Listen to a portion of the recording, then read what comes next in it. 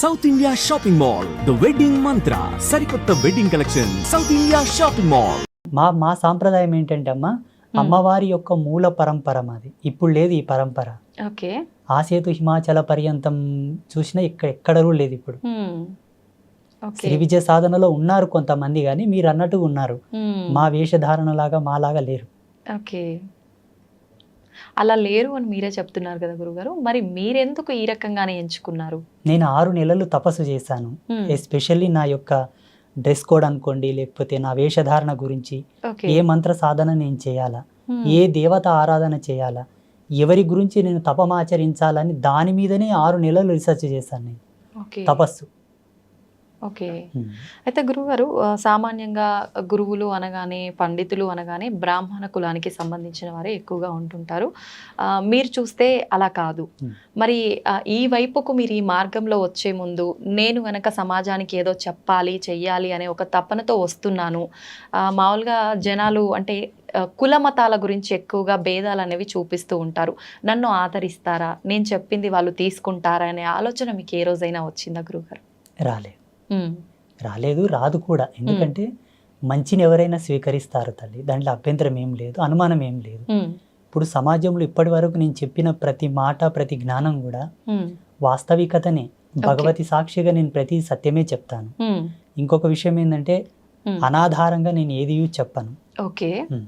ప్రతిదీ కూడా ప్రతిదాని వెనుక ఒక పరిజ్ఞానం, ఒక వైజ్ఞానిక దృక్పథం, దార్శనికత కంపల్సరీ ఉంటుంది నా విషయంలో. ఓకే. వితౌట్ దార్శనికతతో ఏది నేను చెప్పను. ఒక దాన్ని చెబుతున్నానంటే నేను ఫస్ట్ దర్శిస్తాను. ఎవరన్నా కష్టమని నా అమ్మ దగ్గరకు వచ్చి నా ముందుకు వచ్చి మాట్లాడినా కూడా ఆ కష్టాన్ని 1కి 10 సార్లు నేను అనాలిసిస్ చేస్తాను. నిజమే చెబుతున్నా, ఈయన కష్టానికి గల కారణం ఏమిటి? స్వయంకృత అపరాధమా? ఎవరైనా ఏమైనా చేశారా? ఈయన మీద ప్రయోగాలు ఏమైనా చేశారా? చేసిన పాపమా? పోనీ ఈయన చేసుకున్నాడా? పెద్దలు చేసిన పాపాలు ఏమైనా వెంటాడుతున్నాయా? పితృకర్మలు ఉన్నాయా? ఏంటి అని బాగా తెలుసుకున్న తర్వాత ఆయనకి ఏ మంత్రానుష్ఠానాన్ని ధారబోయాలో ధారబోస్తాను. ఒక రోజు లేట్ అయినా ఆయనని పరిపూర్ణమైన సత్య మార్గంలోకి తీసుకురావడానికే ప్రయత్నం చేస్తాను. వాళ్ళు వచ్చారని ఏదో గబ్బుకున్న తాయితు కట్టేయడం, యంత్రం ఇచ్చేయడం, ఏదో చేసేసి శక్తిపాతం అంటూ అదంటూ ఇదంటూ పూజలు పునస్కారాలని టైంపాస్ చేయను. ఓకే. అంటే అందరికీ మంత్రబోధనే చేస్తుంటారా గురుగారు? మీరు అన్నట్టుగా యంత్రాలు జనరల్గా అందరూ తాయెత్తులు, యంత్రాలు ఇలాంటివే మంత్రిస్తుంటారు. అలా ఏముండదా మీ దగ్గర? ఆ వ్యక్తి యొక్క సమస్యను బట్టి, ఆ తీవ్రతను బట్టి ఏది అవసరం అది చేస్తూ ఉంటాను. ఇదని ఇది కాదని కాదు. జనరల్ గా భేదం అనేది ఏమీ లేదు అక్కడ. ఆయనకు తాయెత్తు అవసరం అయితే ఇమ్మీడియట్లీ తాయెత్తు రెడీ చేసి ఇస్తాను, తీసుకున్నా ఇలా ధరించు, ఈ నాళ్ళకు నీకు మంచిగా అవుతుంది పో. యంత్రం అవసరం ఉంటే ఒక రాగి పత్ర తీసుకొని దాన్ని యంత్రలిఖితం చేసి దానికి అనుష్ఠానం మహిమను దారబోసి అభిమంత్రించి ఇచ్చేస్తాను, తీసుకెళ్ళు నీకు పని అవుతుందని చెప్పి. ఓకే. అయితే చాలా మంది చెప్తుంటారు గురుగారు, ఈ యంత్రాలు ఇవన్నీ మూఢనమ్మకాలు అని. అవన్నీ నిజంగా మూఢనమ్మకాలే అంటారా, లేదు నిజంగా కరెక్టే అంటారా? వాటన్నిటి గురించి మీరేం చెప్తారు? నా అనుభవం ప్రకారంగా జగన్మాత నాకు ఇచ్చిన జ్ఞానంతో మన సనాతన ధర్మంలో ఈ భారతీయ వేద విజ్ఞానం లోపల ఏది కూడా మూఢనమ్మకం కాదు. ఓకే. ఒక నిమ్మకాయని కారు టైర్ కింద పెట్టి తొక్కియడం లోపల కూడా వైజ్ఞానికమైన దృక్పథమే ఉంది. దాన్ని మీరు తెలుసుకోలేదంతే. ఎంతసేపు ఉన్న నమ్మకాలను మూఢనమ్మకాలను వైపే మీ ప్రయాణం కొనసాగింది తప్పిస్తే దీని వెనకాల ఉన్న మూలం ఏమిటి, ఎందుకోసం ఇవి చేస్తున్నారని ఒక్క లోతు వెనక్కి వెళ్ళి ఆలోచిస్తే దాని అంతరార్థం చాలా అద్భుతంగా ఉంటుంది. ఏది మూఢనమ్మకం కాదు. కొంతమంది సోకాళ్ళు, కొంతమంది స్వామీజీలు, మేధావులు వారి స్వలాభం కొరకు ఆచార ధర్మాన్ని మార్చి చెప్పారే తప్పిస్తే వాస్తవం అనేది ఎన్నటికీ కూడా ఈ ధర్మం లోపల మూఢనమ్మకాలు లేవు. నేను పరిపూర్ణంగా నమ్ముతాను ఆత్మసాక్షిగా. ఓకే. అన్ని మన సనాతన ధర్మం ఇచ్చిన విలువలే. సనాతన ధర్మం ఇచ్చిన విలువలే. ఒక ఉదాహరణ చెప్పాలంటే, బిడ్డ పుట్టిన తర్వాత మా పల్లెటూళ్ళలో మహిళకు బాల్యంత యోగం చేస్తారు. ఆమెకు పెయ్యంత పసుపు పెట్టి వెన్నీళ్ళతో స్నానం చేయించి కుంపటి అంటారు మోటుగా మా పల్లెటూరులో. కుంపటి ఆమెకు వేడి కాపుతారనమాట. కొన్ని హెర్బ్స్, ఔషధి గుళితమైనటువంటి కొన్ని మూలికలు అవి తినబెడతారు. అవి తినబెట్టడంలో కూడా ఆధ్యాత్మికతమైన విలువలు కొన్ని ఉన్నాయి. మా పెద్దలు చెప్పేవాళ్ళు, ఈ వేరుని ఇదే సమయంలో తీయాల బిడ్డ, అట్లయితేనే పనిచేస్తుంది అది. మేము తీసి ఆల్రెడీ స్టోర్ చేస్తాము, ఎవరైనా కాన్పు అయితే వాళ్ళకు ఉడకబెట్టి తినబెడతాము. చూడండి, తీసే సమయము, ఇచ్చే సమయం సమయము అన్నీ ప్రతిదీ కూడా. ఇంపార్టెంటే. మళ్ళా ఆ బాలెంతగా ఉన్న మహిళకు మాత్రం ఇస్తారు, మిగతా వాళ్ళకి ఇయ్యరు దాన్ని. ఓకే. అంటే దాంట్లో ఉన్న మూలకాలు, దాంట్లో ఉన్న ఫార్ములాస్ వాళ్ళకి తెలుసు, ఆ ఔషధి లక్షణం వాళ్ళకి తెలుసు. వాళ్ళేం కంప్యూటర్లో చూసి ల్యాబ్లో టెస్ట్ చేసి తీసిలేరు మళ్ళీ దాన్ని. అవునవును, అనుభవం, అంతే. అనుభవానికి మూలం ఆధ్యాత్మికత, ధర్మం, మాలాంటి గురువులు చెప్పిన జ్ఞానం, ఓకే. ఆయుర్వేదం మీద పట్టున్న కొంతమంది ఋషులు చెప్పిన జ్ఞానం లక్షల సంవత్సరాల పూర్వమే చెప్పారు. అవును. దాన్ని అనువంశికంగా అలాగే తీసుకుంటూ వచ్చారు ఇప్పటి వరకు. అయితే గురుగారు, మీరు ఇప్పుడు చెప్పినట్టుగా అనువంశికంగా తాత ముత్తాతల నుంచి ఉన్న ఆయుర్వేద మూలికలు ఇచ్చేవాళ్ళు చాలా మంది ఉన్నారు. వాళ్ళని నిజంగా నమ్మవచ్చా? వాళ్ళని అంటే సపోర్ట్గా తీసుకొని చాలా మంది మనకు రోడ్ల పైన కూడా మూలికలు ఇలాంటివి అమ్ముతూ ఉంటారు. వాళ్ళని నమ్మొచ్చు అంటారా? ఇక్కడ మెయిన్ ఏంటంటే అనువంశికతంగా ఉండే వాళ్ళని మనం చాలా వరకు నమ్మాలి, తప్పదు. ఎందుకంటే వాళ్ళ దగ్గర కొన్ని గ్రంథాలు ఉంటాయి, ఓకే. బయటికి ఇయ్యరు వాళ్ళు. వాళ్ళ తాత ముత్తాతలు రాసినటువంటి గ్రంథాలు. ఈ వేరు దేనికి పనిచేస్తుంది, దీని గుణం ఏమిటి, దీని ధర్మం ఏమిటి, దీని యొక్క రూపం ఏమిటి, దీన్ని ఎలా ఇవ్వాలి, ఎంత మాత్రంలో ఇవ్వాలి, ఎన్ని సమపాలలో కలిపి ఏ మాత్రలు ఇవ్వాలి, ఏ పసరు ఇవ్వాలి, ఏ పౌడర్ ఇవ్వాలని వాళ్ళకి తెలిసి ఉంటుంది. వాళ్ళు గ్రంథస్థంగా రాసి పెట్టి ఉంటారు. కాబట్టి కొంతమంది ఉన్నారు ఇప్పటికి చాలా మంది, వాళ్ళని నమ్మొచ్చు. ఈ రోడ్ల మీద కూర్చున్న వాళ్ళలో కూడా అందరినీ నమ్మాలి, అందరిని నమ్మకూడదని కాదు, కానీ కొందరు వ్యాపార ధోరణిలు అమ్ముతుంటారు. అట్లా అమ్మిన వాళ్ళ దగ్గర తీసుకున్న వాళ్ళు వాడి చాలా వరకు ఇబ్బందులు, సైడ్ ఎఫెక్ట్స్ వచ్చి చాలా మంది బాధపడ్డారు. మన ఆశ్రమానికి చాలా మంది వచ్చి చెప్పారు నాకు. ఒక ఆయనతో నేను ఒక పసరు తీసుకున్నానండి, తాగిన తర్వాత నాకు దుద్దుర్లు వచ్చాయి, ర్యాసెస్ వచ్చాయి అని చెప్పేసి, నాకున్న జ్ఞానంతో దానికి విరుగుడుగా ఏదో నాకు తెలిసిన పసరు, ఏదో పౌడర్, మందు అవి ఇచ్చి మళ్ళీ బాగు చేశాను నేను. వీళ్ళని నమ్మడం కరెక్ట్ కాదు, 100% నమ్మకూడదు. ఎందుకంటే మనకు సైన్స్ ఇంత డెవలప్ అయింది ఇప్పుడు, ప్రతిదాని కూడా మనకు సెకండ్లో త్రుటికాలం నందే ఇచ్చేటటువంటి వైజ్ఞానికం వచ్చింది ఇప్పుడు. మాక్సిమం ఇప్పుడున్న కాలమాన పరిస్థితులను బట్టి, మనం తింటున్న తిండిని బట్టి, ఇప్పుడు ప్రతిదీ కూడా మందులో కూడా అంటాం మేము మోటుగా, ప్రతిదీ కూడా మందులతోనే పండించే ధాన్యాలు, పండ్లు, కాయగూరలు అవే వస్తున్నాయి. ఈ తిండిని బట్టి, ఈ జీవన విలువలను బట్టి ఈ మందులు వాడడమే మంచిది. అప్పట్లో మోటు మందులు ఎట్లా పనిచేస్తుందంటే గట్టితనం ఉండే అందరి లోపల, దృఢత్వం బాగుండే, తినే తిండిలో కూడా ఆ గట్టితనం ఉండేది కాబట్టి పసర్లు పనిచేసేవి. ఇప్పుడు అంత తొందరగా పనిచేయవు, అంటే శరీరం సపోర్ట్ చేయదు దాంట్లకు. ఓకే. అయితే గురువుగారు, ఇది అడగొచ్చో లేదో తెలీదు, చాలా వరకు నేను కొన్ని ప్రాంతాల్లో విన్నాను. పల్లెటూళ్ళలో వాళ్ళు ఏమంటారంటే 2-3 ఆడ సంతానం ఉంటే ఖచ్చితంగా నెక్స్ట్ రాబోయే సంతానం మగ శిశువు జన్మించాలంటే పసరు పోస్తారు పలానా ప్లేస్లో, ఖచ్చితంగా మగ శిశువు జన్మిస్తారు అని అంటుంటారు. ఇలాంటి పసరు మందుల్ని నమ్మొచ్చంటారా? నిజంగా అలా జరుగుతుందంటారా? నా జీవితంలో, నా అనుభవంలో ఒక 7-8 కేసులు నేనే డీల్ చేశాను. సక్సెస్ అయ్యాయా? 100% అమ్మ సాక్షిగా, అబద్ధం ఏం లేదు.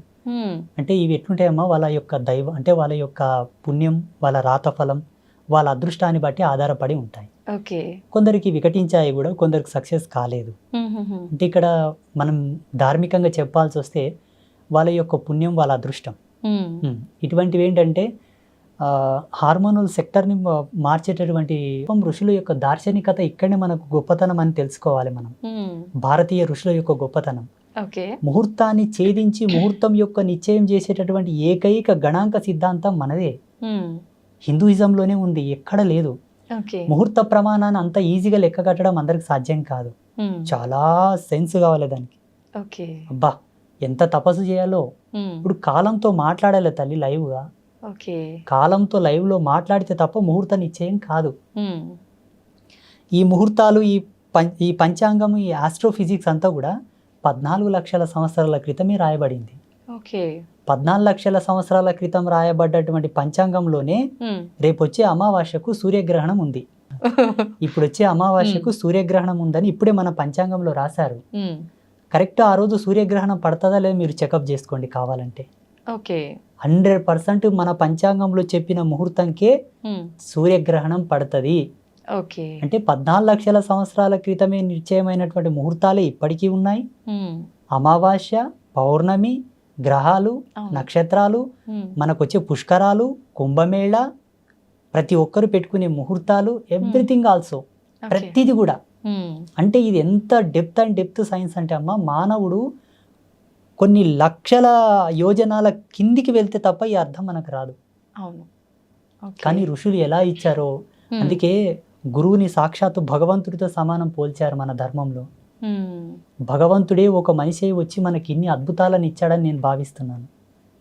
ఇప్పుడు రేపు అన్నది కూడా భవిష్యత్తే కదమ్మా. అవును గురువు. వచ్చే అమావాస్యకే సూర్యగ్రహణం పడుతుందని ఇప్పుడు పంచాంగంలో రాశారు కదా. ఉమ్, వీళ్ళు రాసిన దానికి అక్కడ గ్రహాలు మారుతున్నాయా, లేకపోతే అక్కడ గ్రహాలు మారేదాన్ని బట్టి వీళ్ళు రాశారా?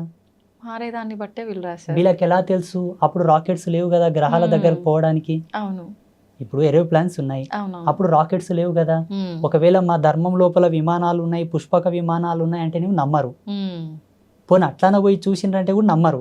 లేవు ఇప్పుడిప్పుడే కనిపెట్టారా అని అంటారు. నిజంగా ఉన్నాయా గురువుగారు పుష్పక 100%, విమానాలు? 100% ఉన్నాయి. ఓకే. ఆత్మసాక్షి ఉన్నాయి. ఉమ్, చూడమ్మా, ఈ కాలంలో లేదేది మానవుడు కనిపెట్టాడు. ఇది వరకు Okay. ఉన్నది ఏదో ఆయనకు ఆ దార్శనికత వచ్చే కనిపెడతాడు. ఉమ్, ప్రతి సైంటిస్ట్ అయినా, ఏ ఫార్ములా అయినా, ఉమ్, ఏ పరికరమైనా సరే ఓకే. కాలంలో లేనిది ఏది ఆయనకు ద్రష్టత్వంలోకి రాదు. ఉమ్, ఉన్నదే వస్తుంది. వాళ్ళ యొక్క ప్రజ్ఞాపాఠవాలను బట్టి వాళ్ళు శోధించుకొని దాన్ని కనిపెట్టి రిలీజ్ చేస్తారు బయటికి. ఓకే. ప్రతిదీ కూడా ఒకప్పుడు వాడబడిందే మనకు జ్ఞానం లోపలికి వస్తుంది. ఉమ్, ఓకే. అయితే గురుగారు అంత జ్ఞానంతో ముందుగానే జరగబోయేది కూడా ఆలోచించి ఇన్ని డిసైడ్ చేసిన పండితులు ఇలాంటి పెద్దవాళ్ళు చాలా మంది ఉన్నారు. అయితే మీరు అన్నట్టుగా శుభముహూర్తాల కోసం పండితులు పలానా ఏదైనా శుభకార్యం మ్యారేజ్ తీసుకుందాం ఎగ్జాంపుల్కి, ఒక మంచి ముహూర్తం మీ పేర్ల మీద ఇది బాగుంది అని చెప్పి డిసైడ్ చేసినవి కూడా అన్నీ సక్సెస్ అవ్వట్లేదు. అది శుభముహూర్తం అని డిసైడ్ చేసిన తర్వాత అవి ఎందుకు విఫలం అవుతున్నాయి అంటారు? విఫలం అంటే ఎలా? అంటే సక్సెస్ అవ్వకుండా డివోర్స్ వరకు వెళ్ళటము, మధ్యలోనే విడాకులు అయిపోవడము, లేదంటే కలిసి ఉన్నా కూడా వాళ్ళిద్దరికి పడకుండా చీటికి మాటికి గొడవలు, ఇలా చాలా చూస్తుంటాం కదా గురువుగారు. ఎందుకు అలా అవుతున్నాయి? కాలం అంటే 5 ఎలిమెంట్స్: ఉమ్, భూమి, ఉమ్, నిప్పు, నీరు, ఉమ్, గాలి, ఆకాశం. అవును. ఈ 5 ఎలిమెంట్స్ యొక్క సమ్మేళనమే కాలం. టైంకి ప్రత్యుత్తరమైన రూపమే ప్రకృతి. ఈ ప్రకృతి పంచభూతాలు, పంచభూతాలే కాలం. ఉమ్, ఇవేవి వేరు కాదమ్మా, అన్నీ ఒకే సర్గా. ఉమ్, అయితే పంచభూతాల ప్రమోదంగా వచ్చేటటువంటి ఆ యొక్క పాజిటివిటీ ఏదైతే ఉందో ఉమ్, అది నీ జీవధర్మ సిద్ధాంతానికి అనుసంధానం కావాలని ముహూర్తం ఉంది. ఓకే. ఇక్కడ ఒకరినొకరు అర్థం చేసుకొని కాపురం చేయనీకి చేతగాక హోదాలు అడ్డం పెట్టుకొని, డబ్బు అడ్డం పెట్టుకొని, ఉమ్, నీ జాబ్ తక్కువ నా జాబ్ ఎక్కువ, నీవు నాతో కలిసి అంటే వ్యక్తిగత భేదాలు పెట్టుకొని విడిపోవడానికి ముహూర్తానికి సంబంధం లేదు. Please, okay. ఇది వ్యక్తుల యొక్క సహజ సిద్ధమైన నిర్మాణంలో జరిగే కాపురాలి వల్ల. ఉమ్, ఉమ్, దీనికి కారణం ఏంటంటే ఇప్పుడున్న సామాజిక రుగ్మతలు. ఉమ్, ఒకరితో ఒకరిని పోల్చుకుంటున్నారు. అవును. ఆ పోలిక వల్ల విభేదాలు వచ్చి విడిపోతున్నారు చాలా మంది. ఉమ్, ఇంకొంత సర్దుకోవడం లేదు, ఓపికలు లేవు మన వాళ్ళకి. అండర్స్టాండింగ్ ఇప్పటి మానవునికి ఓపిక లేదు. ఉమ్, అప్పట్లో పాతకాలంలో ఎన్ని విపత్తులు వచ్చినా, ఎన్ని ఇబ్బందులు వచ్చినా ఓపిక గట్టి ఉండే. ఓకే. ఓపిక ఎంత దృఢమో జన్మ అంత సార్థకత అని చెప్తారు మన ధర్మంలో. ఉమ్, ఓపిక లేని వాళ్ళ జన్మలు సార్థకతను పొందవు. ఓకే. ఓపిక లేకపోవడం వల్ల విడిపోతున్నారు, కానీ ముహూర్తం ఏం తప్పు లేదు ఆడ. ఉమ్, ముహూర్తం యొక్క సిస్టమ్ వేరు. ఓకే. ఇప్పుడు ముహూర్తాలు, ఈ నక్షత్రాలు, ఈ పంచాంగాలన్నీ 83 లక్షల జీవరాశులు పాటించవు. ఉమ్, ఉమ్, మనిషి ఈ పరివర్తనలోకి రాగలిగాడు. అవును. ఈ విజ్ఞాన శోధన చేశాడు మానవుడు. ఉమ్, ఈ కాలగణన సిద్ధాంతాన్ని మనం మాత్రమే ప్రతిపాదించాం, మిగతా జీవరాశులు కాదు. ఆ, అందులో ఒక మంచి చెడు, ఇది శుభం, ఇది అశుభం, ఉమ్, ఇది ఒక ఆరోగ్యకరమైనటువంటి వ్యవస్థ. అవును. ఇక్కడ మనం చెడిపోయి మళ్ళీ ముహూర్తాన్ని నింద చేయడం ధర్మం కాదు. ఓకే. అంటుంటారు కదా గురుగారు, కానీ అంటే ఈ మధ్య కాలంలో అంటే పెట్టిన ముహూర్తం కరెక్ట్గా లేదేమో, కరెక్ట్గా వీళ్ళిద్దరికి మ్యాచ్ అవ్వలేదేమో, ఆ పంతులు అంటే ఎలా డిసైడ్ చేశాడో ఇలా జరిగిపోయింది అని నేను చెప్పి. ఆ విషయానికి వస్తే మీకు ఒక ఎగ్జాంపుల్ చేస్తాను. ఓకే. సీతారాములు నడయాడిన కాలం ఆ కాలం ధర్మవంతంగా ఉండేనా, ఇప్పుడు ఈ కాలం ధర్మవంతంగా ఉందా? ఆ కాలమే ధర్మం. ఆ కాలంలో ధర్మం సమున్నతంగా ఉంది. అవును. ఎందుకంటే శ్రీరామచంద్ర ప్రభుల వారు పుట్టినప్పటి నుంచి వారి అవతార సమాప్తి అయ్యే వరకు కూడా ధర్మం సమున్నతంగా ఉన్నదని చెప్పి మన గ్రంథాల ఆధారంగా ఉన్నాయి. చెప్పబడి ఉన్నాయి. ఉమ్, ఎంతో మంది ఋషులు కూడా చెప్పారు. అవును. శ్రీరామచంద్ర ప్రభుల వారి యొక్క ముహూర్తం ఎవరు పెట్టారు? ఉమ్, పెళ్లికి ఎవరు నిశ్చయం చేశారు? ఉమ్, రాముడు పెళ్ళైన తర్వాత వనవాసంకి వెళ్ళిపోవాల్సి వచ్చింది. అవునవును. ఎన్ని కష్టాలు పడ్డారు. అవును. సరే, మళ్ళీ రాజ్యంకి వచ్చిన తర్వాత కూడా మళ్ళీ సీతా వియోగం ఏర్పడుతుంది. ఏర్పడుతుంది. సీత కలిసిన తర్వాత ఆమె భూమిలోకి వెళ్ళడం, ఈయన అవతార సమాప్తి చేసుకోవడం. ఉమ్, వాళ్ళు ఎక్కడ సుఖపడ్డారు? అవును. పోనీ పాండవులు కష్టపడ్డారు కదా. ఉమ్, పోనీ శ్రీకృష్ణుడు కూడా కష్టపడ్డాడు కదా. అవును. పోనీ ఉమ్, దేవేంద్రాదులు కూడా కష్టపడ్డారు కదా. ఉమ్, ఇప్పుడున్న మానవుడు, ఇప్పుడు జీవించే మానవుడు దాని భూతద్దంలో ఎట్టి చూస్తున్నాడు ముహూర్తాన్ని. ఓకే. దాని యొక్క నిర్మాణం, దాని యొక్క నిర్మాణం వేరు. ముహూర్తాన్ని తప్పకుండా మానవ జన్మ ఎత్తిన తర్వాత ప్రతి మానవుడు ముహూర్త నిశ్చయంతోనే జీవితకాలం గడవాలి. ఓకే. ముహూర్తానికి ఉండేటటువంటి మెయిన్ అర్థం ఏంటో తెలుసా? నీవు జీవించే జీవన విధానానికి సంబంధించినటువంటి ధర్మం, భౌగోళికంగా నువ్వు జీవిస్తున్న జీవ అవశేషాలకు సంబంధించినటువంటి సింక్, అది లింక్, ఓకే, అనుసంధానం అయ్యేటటువంటి శుభముహూర్తం. అది నీ జీవితంలో ఒక సార్థకతను ప్రసాదించడానికి నిర్ణయం చేసిన ఒక టైం. ఓకే. దానివల్ల మన జీవితాలు నడవాలనుకోవడం అజ్ఞానం. మనం బ్రతకాలి, మనం జీవించాలి. ప్రతి దాంట్లో సహనం, ఓర్పు, నిగ్రహము, విచక్షణ రహితమైనటువంటి జీవితాలే కొనసాగుతున్నాయి తప్పిస్తే జ్ఞానవంతమైన జీవితాలు లేవు కదా సమాజంలో. అవును గురుగారు. అయితే గురుగారు, ఎక్కువగా భగవంతుడి ఆరాధనలో ఉన్న వాళ్ళకే కష్టాలు, ఇబ్బందులు ఎక్కువగా ఉంటుంటాయి అంటుంటారు. ఎగ్జాంపుల్కి తీసుకుంటే కూడా చాలామంది ఎక్కువగా దేవుడి పైన భక్తి ఎక్కువగా ఉండి ఎక్కువ పుణ్యక్షేత్రాలను దర్శించుకోవడానికి, దేవుడిని దర్శించుకోవడానికి వెళ్తూ ఉంటారు. అలా వెళ్ళే ఆ సమయంలో కొంతమంది ప్రమాదవశాత్తు ప్రాణాలు కూడా కోల్పోతూ ఉంటారు. దైవ దర్శనానికని వెళ్తుంటే ఎందుకు అలా జరుగుతుంది? వాళ్ళు చేసిన కర్మ ఫలాల ఆధారంగా అయి ఉంటుందా? మరి అలా ఉన్నప్పుడు భగవంతుని ఆరాధిస్తే మనం శరణు వేడుకుంటే ఎటువంటిదైనా ఆయన రక్షిస్తాడు అని అంటుంటారు. ఎందుకు వాళ్ళని భగవంతుడు రక్షించలేకపోతున్నాడు?